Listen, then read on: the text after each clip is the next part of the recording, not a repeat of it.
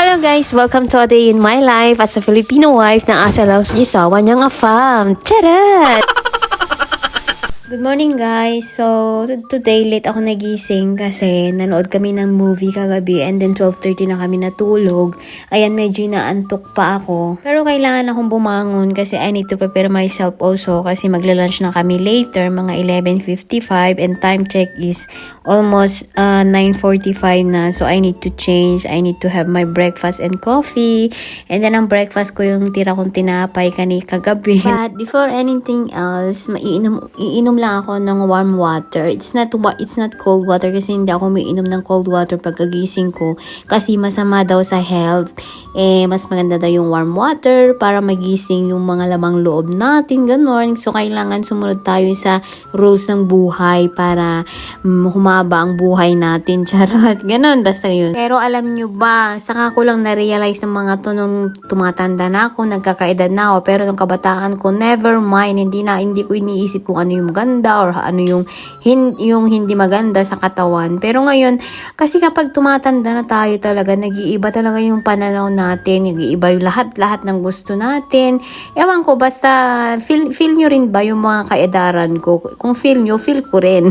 Charot. So, ayan, nagliligpit lang ako ng mga kalat namin kagabi kasi nagluto kami ng pizza for our dinner. Ganito lang naman yung ginagawa ko every morning or every day kasi wala naman akong ibang ginagawa. Actually, nabuboring na rin ako sa ganitong life. Yung tulog, kain, tulog. Wala akong ginagawa. Ganito pala yung feeling na nakapag-asawa ng afam, ganon. So, ayan, kung may tatanong kayo guys about sa story ng life ko, comment down below lang. At sasagutin ko naman ng maayos yung mga parang artista, feeling artista, ganon. Pero okay na rin yun guys. Kung meron kayong gustong itanong, sige lang, tanong nyo lang, sasagutin ko naman ng maayos. Ayan, mainit na ang tubig ko. So, kailangan uminom na ako ng tubig. And then, inumin ko rin yung iniinom kong pills or yung pampaganda, pangpa-beauty, yung collagen, ganon. Tapos, pampaputi. Actually, dito sa Europe, guys, hindi naman uso ang puti-puti dito. Ang uso dito, tan.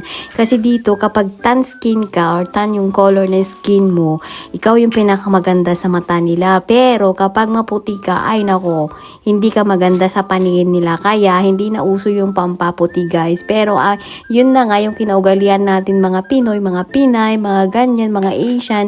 Kapag maitim tayo, ulik ba tayo sa paningin nila? Ang pangit natin sa kanila. Kaya kailangan din i-maintain yung color na light. Hindi naman yung ulik ba, parang light lang, gano'n. So yung white pill, yun iniinom ko every morning 30 minutes before the meal, and then yung pink naman every night before bedtime. So, ayan, pakita ko lang yung garden namin. Yung garden namin, hindi lang yan. Doon pa sa dulo-dulo, hindi pa siya namulaklak yung mga trees. So, habang naman hinihintay ko yung 30 minutes na lilipas yung ininom kong Pampa Beauty, balik muna ako sa kama, sabay check ng mga comments, mga videos na kung sino yung nagla-like, sino yung comment, reply for engagement din. So, thank you so much guys for watching all my videos and abangan nyo later on or mga susunod pang kabanata sa buhay ko dito sa Europa na kain tulog lang yung ginagawa ko. So, ayan, boring din minsan pero kailangan yakapin din natin yung pagka-boring kaya naisipan ko rin mag-vlog para naman may katuwang ako sa buhay pag wala yung asawa talaga. Hindi ko naman kasi makausap yung mga matanda dyan kasi hindi sila nag-i-English, hindi rin nila naiintindihan, hindi rin ako nakakapagsalita ng salita nila.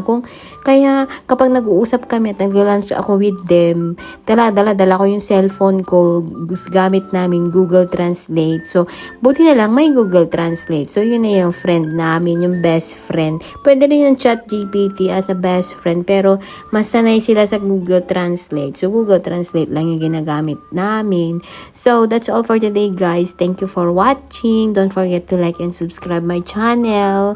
See you soon again. Thank you so much. Bye-bye. Have a nice day and have a happy Thursday.